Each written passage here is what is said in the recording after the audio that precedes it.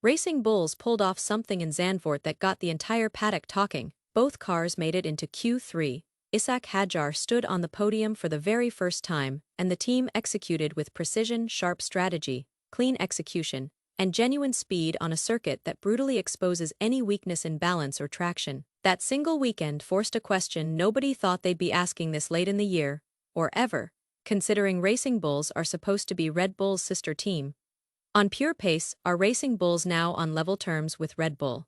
And if that's true, is Max Verstappen the only factor keeping the senior team afloat? That sounds provocative, but stack up the evidence and the sting becomes real. If Verstappen is the dividing line inside the Austrian camp, the obvious follow-up becomes deeply uncomfortable. Would a four-time world champion actually be better off in the sister garage if he wanted the most confidence under his right foot from Friday to Sunday? Form lines across multiple rounds don't lie. Liam Lawson has turned a corner, points in 3 of the last 6 races, and likely 4 of 6 without that science incident.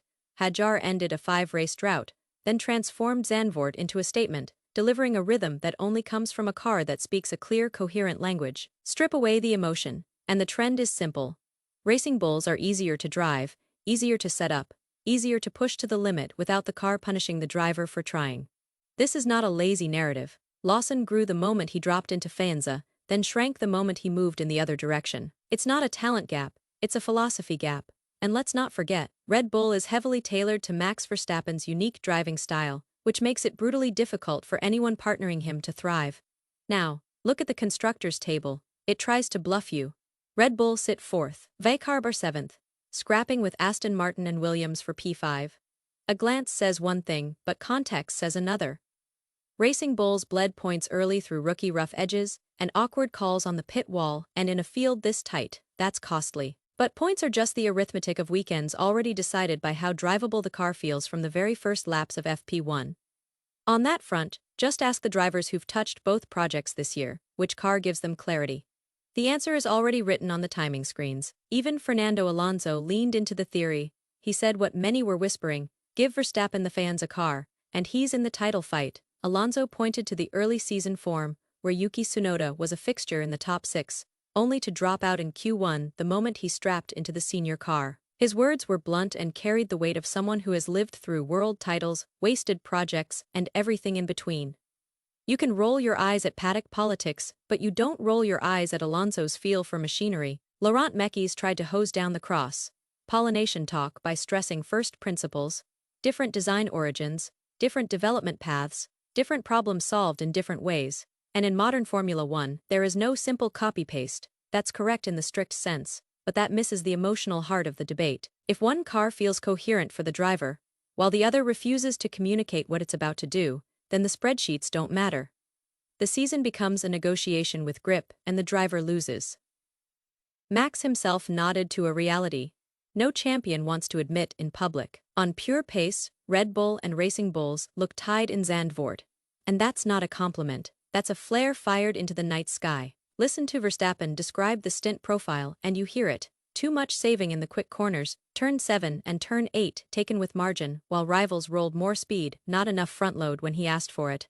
Not enough rear support when he leaned on the tire. His verdict was simple, the whole race. He felt more matched to the sister team than to the front of the field. That should never happen with a car carrying the most successful driver of this era, and a factory full of championship banners. Yet here we are. The numbers back the mood music. Since the shuffle, Tsunoda has 9 points in Red Bull colors. Lawson sits at 20, Hadjar at 37. These tallies aren't an indictment of Yuki as a competitor. They're neon warning signs about sensitivity and setup windows. Remember how we hammered Sergio Perez last season for inconsistency, while Verstappen ran away with the crown? Well, zoom out and the wider pattern is clear. Even Cadillac saw enough to offer Checo a seat on merit, not pity. That tells you how many in the industry view Red Bull's balance issues, and how they believe those issues amplify or suppress a driver's natural style. So, where did the slip begin? You can connect the dots without spinning conspiracy theories. Adrian Newey exits, senior lieutenants like Paul Monaghan and Jonathan Wheatley follow. Christian Horner is removed, with Helmut Marko framing it as a performance-based decision. These are structural shocks. You don't replace that kind of institutional memory in a month. You don't lock down a 2026 concept in a straight line while your org chart redraws itself every quarter. Makeys is a heavy weight, but even a heavy weight can't rewrite the foundation this late in the cycle. That reality sets up an awkward short-term future. Racing Bulls could iterate the senior team on feel and drivability, while Red Bull wrestle with a concept that demands perfection to show its upside. And inside the garage, those conversations will be brutal when Hadjar spends an entire race hovering 2 seconds behind a 4-time world champion in equal conditions.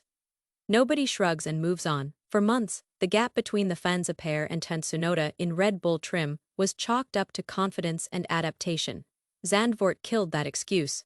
Verstappen himself highlighted Hadjar's speed and the parity between the two cars. The implication is obvious: if the baseline is this close, put Max into that cockpit and he's on the front row. And if he's on the front row, he's in the fight for the win. That's not fantasy. That's how his career works. Could it happen? Contractually, politically, publicly, it's messy. But practically, he could choose chaos. He could walk across the corridor and test the theory. He's not in a title campaign. He's not protecting a points buffer. He has a rare freedom mid-season, the kind champions almost never enjoy. And for a driver who adapts faster than anyone since peak Alonso and Hamilton, a car that's easier to read is oxygen. If Lawson and Hadjar are doing this much with it now, imagine what it looks like with Max's precision on turn-in and throttle application. You can laugh off the idea, but the graphs don't laugh with you, and that's what makes Red Bull nervous in the medium term.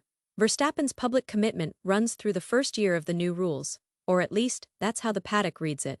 Beyond that, every wrong step in development eats away at trust. If 2026 begins without a clear competitive edge, if the car still asks for saving in the corners where a champion wants to attack, if the correlation gremlins keep stealing Fridays, then every alternative becomes more attractive. The sister team becomes proof of concept for a different culture. The field becomes more balanced, and a superstar with options starts thinking like a human, not a logo. Of course, you can still argue for a Red Bull rebound.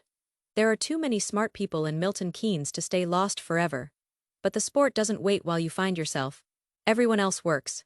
Everyone else learns. Everyone else spends. And Racing Bulls have built something that lets their drivers push without fear of the edge. And that is priceless right now. Zandvoort just put it under a spotlight. It didn't say Red Bull are finished. It did say the gap in comfort and confidence has closed to the point where driver influence now decides everything on Sunday. Which brings us right back to the opening provocation. Would Max Verstappen win in a Racing Bull if he sat in one tomorrow? The boring answer is that nobody can know until it happens. But the honest answer? Nothing in his history suggests otherwise. If that swap ever happened, even for one weekend, the verdict would define far more than a single race. It would expose the single biggest weakness inside Red Bull since the departures began. Not politics, not PR, but a failure to make the car simple to understand as the internal compass spun. And if you think he'd still walk it, then you understand why this conversation isn't just a late, summer thought experiment. It's a warning flare, and the clock is already ticking. So what are your thoughts? Let us know down in the comments. And don't forget to like and subscribe.